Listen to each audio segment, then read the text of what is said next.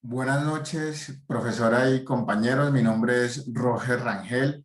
A continuación voy a hacer mi intervención sobre lo que pienso precisamente sobre el tema de este foro. Lo primero es cómo entiendo, cómo se convierte los ahorros en inversiones. Es sencillo. En el sistema financiero vemos cómo el Estado autoriza ciertas instituciones para que precisamente capten dinero, moneda, de una manera legal. ¿Cuáles son ese tipo de instituciones? Más que todo son, digamos, entidades financieras. Aquí podemos mencionar a los bancos, a las cooperativas financieras, a las compañías también de financiamiento, entre otras. ¿Qué hacen ellas? Toman precisamente ese dinero que ahorra el público.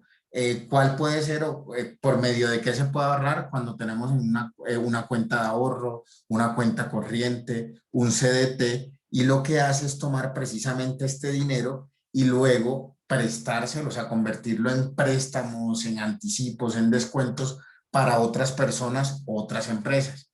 Un ejemplo, tengo un dinero, supongamos 10 millones de pesos a un determinado periodo de tiempo, a un año, en un CDT, que me va a rendir aproximadamente un 1%. Ese dinero, entonces lo tengo, el banco lo va a tener, es un dinero mío que lo va a tener, es mi ahorro, lo va a tener guardado y yo soy A, pero supongamos de que hay una persona B que necesita para su emprendimiento justo 10 millones de pesos y lo necesita en un periodo de 6 meses. El banco se lo puede prestar a una tasa de un 2,5, 3%, y aquí sería, si se puede decir así, un gana-gana. Es decir, yo ahorré, me van a guardar mi dinero por un determinado periodo de tiempo, voy a ganar cierto valor y otra persona que lo necesitaba va a mover también ese dinero y lo va a invertir, en este caso, en ese emprendimiento. Este sería un ejemplo.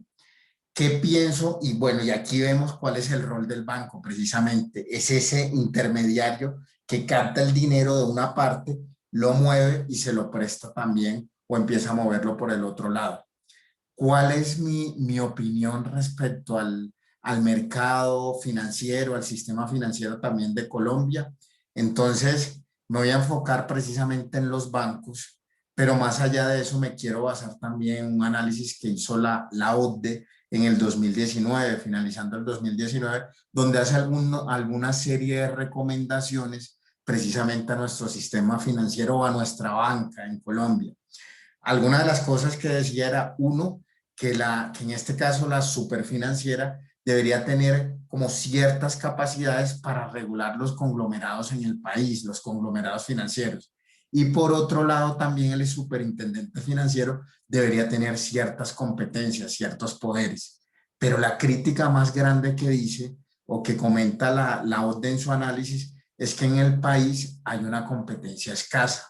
Para eso, la bancaria dio una crítica y no lo vio, no lo acepta, porque considera que en el país hay 26 bancos.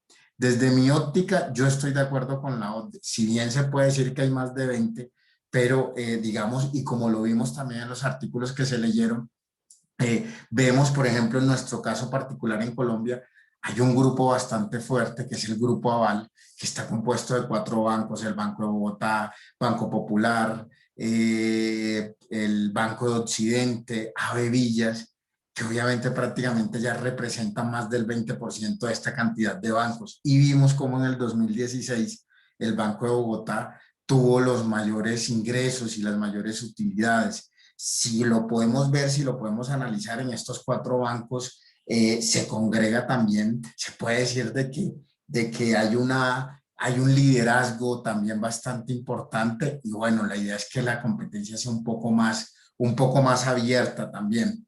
Otra de las críticas que también me adhiero a ella de la OCDE es que hay altos costos financieros, por ejemplo, para las pymes, para la pequeña y mediana empresa, al momento de hacer préstamos. Entonces, digamos de que yo también considero, tengo estas consideraciones en cuanto a nuestro sistema financiero. Y ahora, en cuanto a las utilidades, en cuanto a los artículos, que si considero de que esto es justo, al final la vida no es justa y esto se puede ver también como negocio, por decirlo así. Un ejemplo, voy a colocar, por ejemplo, el caso de un amigo. Ante la pandemia, él tenía un crédito de vivienda y se tomó, o el banco le propuso un alivio. El alivio era congelarle por 5 meses el pago, digamos, de ese préstamo, pero él consideraba, él debía 125 millones, consideró que al pasar este tiempo, esa deuda que tenía, la deuda se iba a congelar, pero realmente terminó debiendo mucho más, un poco más de 135 millones, entonces para él realmente no fue negocio.